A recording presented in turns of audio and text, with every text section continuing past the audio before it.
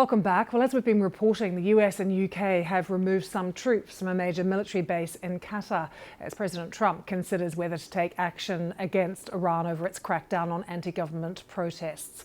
So what capability does the US actually have in the Middle East? And what kind of action could we be looking at if he decides to proceed with strikes?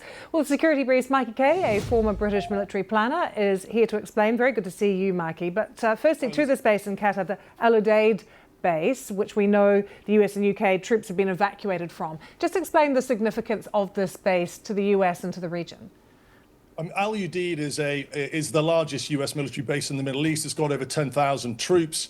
And more importantly, it has what's called the Combined Air Operations Center there. It's the CAOC. And effectively, Al Udeid is the forward headquarters for what's called CENTCOM, Central Command. And CENTCOM's area of responsibility goes as west as Egypt and all the way over to Kazakhstan in the east. It's a huge area of responsibility. And in this CAOC, this Combined Air Operations Center, I've been there a couple of times, you've got effectively a map of the entire region, and it gives what's called a common operational picture. So you can see on this map, you can see where platoons are, where tanks are, where airships are, where warships are, all based off trackers, and it builds up this big picture. So Al Udeid is significant. The UK, when it comes to Al Udeid, has the 83rd Expeditionary Air Group in, and there's about 100 people from the UK Ministry of Defence that are there that are contributing towards some of the wider operations, so Operation Shader on Islamic State in northern Syria, for example. So yeah, Al Udeid is pretty sizable and significant when it comes to command and control and effective operations across the Middle East. And Mikey, it was struck by missiles, Iranian missiles, in June last year, but that felt quite different. There was this warning that was given to them in advance. Yeah, and it's a really interesting point, Lucy. The base was targeted. There was a forewarning, and it seemed to be with sort of more milder Iranian ballistic missile capability. And the Americans do have two systems based around that. They've got what's called the Patriot and the THAAD. The THAAD is really interesting, actually. It's sort of it stands for Terminal High Altitude Area Defense, and it can basically engage medium or intermediate ballistic missile targets, not just inside the atmosphere, but outside the atmosphere. And I think we've got a couple of pictures of that. But if you imagine that's the sort of the top layer of defense, if you like, from Iranian capability, which we'll go on into a minute. And then you've got the Patriot system, which basically is engaging anything inside the atmosphere, lower, slower. So things like cruise missiles, drones, aircraft. And so, it's definitely not the Iron Dome capability that we see over Israel, that three tiered layer defense system where you've got Iron Dome itself and then David Sling, which is out to about 300 kilometers, and then Arrow 2 and 3 missiles that can go right out to 1,000. It's definitely not that, but it certainly is some form of air defense against any attack by the Iranians. The US are going to be sort of identifying what are the main threats. So we've had this, you alluded to it at the top of the conversation, we've had this tit for tat, if you like. Trump has basically said that he will target Iran if Iran execute any prisoners, and Iran effectively said that they will retaliate. Now, what does that actually mean? What would the US go after? Now, the biggest threat to any of the air bases, I think we've got a graphic here of all the US installations along the Arabian Gulf. If we can just pop that up, you can see all the way in the north in Kuwait, you've got 3 or 4 installations there. They're pretty much a legacy of the Iraq war in 2004. Ali al-Salem's a big base about 25 miles from the Iraqi border. I was stationed there just before the invasion in 2003. You then start walking your way down the Arabian Gulf. You've got Bahrain. That's where the US's 5th Fleet is, the naval capability, and they're responsible for patrolling all the sea lines of communication around that.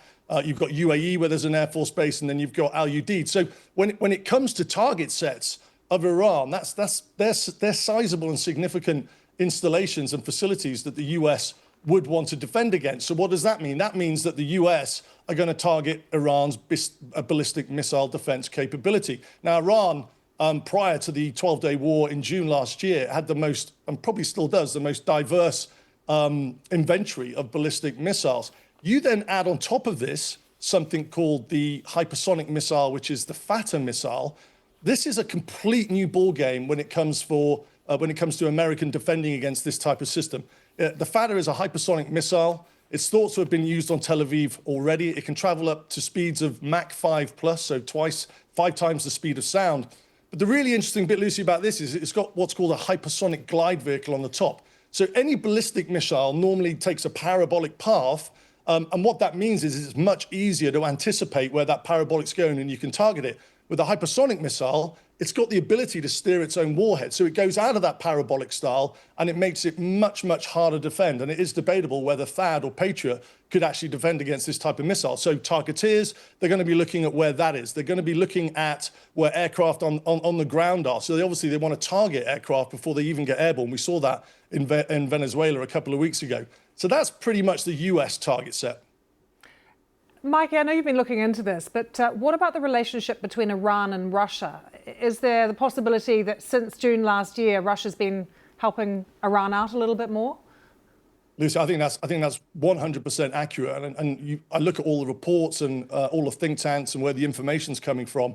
And it does seem like Iran's ties with Russia, not just Russia, but China, have deepened, although Russia at the time of the 12-day war, I think Iran was disappointed that Russia didn't engage directly. But what's been happening since is, for example, the Iranians have signed a deal for Su-35 air defense fighters, Russian. I think we've got a slide or a picture that we can show up of that. There's also another deal of looking at Su-30 fighters. They're the ones that Venezuela bought from Russia, for example. And the reason for this is because during the 12-day war, the IDF and the Americans basically took out most of the legacy air defense fighter and fast jet capability that Iran currently has. So it's now looking to bolster that. So again, if you're a US targeteer, you're going to be looking to attrit all of that new capability that Iran has been sourcing from Russia since June last year. And that'll be on the mind of all of these targeteers. I mean, the other big system that the Americans have got is TLAM. So Tomahawk land attack missile. It's a cruise missile that's launched from a submarine or a warship. It travels very, very low subsonic, so below the speed of sound. It's got a 1,000-mile range. And you can put not just a high explosive warhead on it, but you can put what's called a bunker buster on it, a penetrator. So that means it can go after Iranian command and control structures. It can go after bunkers. It can go after hardened air shelters. And what's good about this TLAM missile for the US is that you can launch it from thousands of miles away. And if it's coming from a submarine, it's going to be nigh impossible for the Iranians to be able to counter that capability. So again, the US have a vast inventory of capability. We saw that in Venezuela from aircraft carriers. The Lincoln, the USS Abraham Lincoln, is now projected and reportedly coming from Asia to come into the Middle East. That's one option. I mean, those type of carriers, you have the ability in a wartime setting to launch 240 missions using a wide variety of aircraft off one of those carriers. But that carrier can be vulnerable to a missile attack from Iran. So then you have the TLAM capability.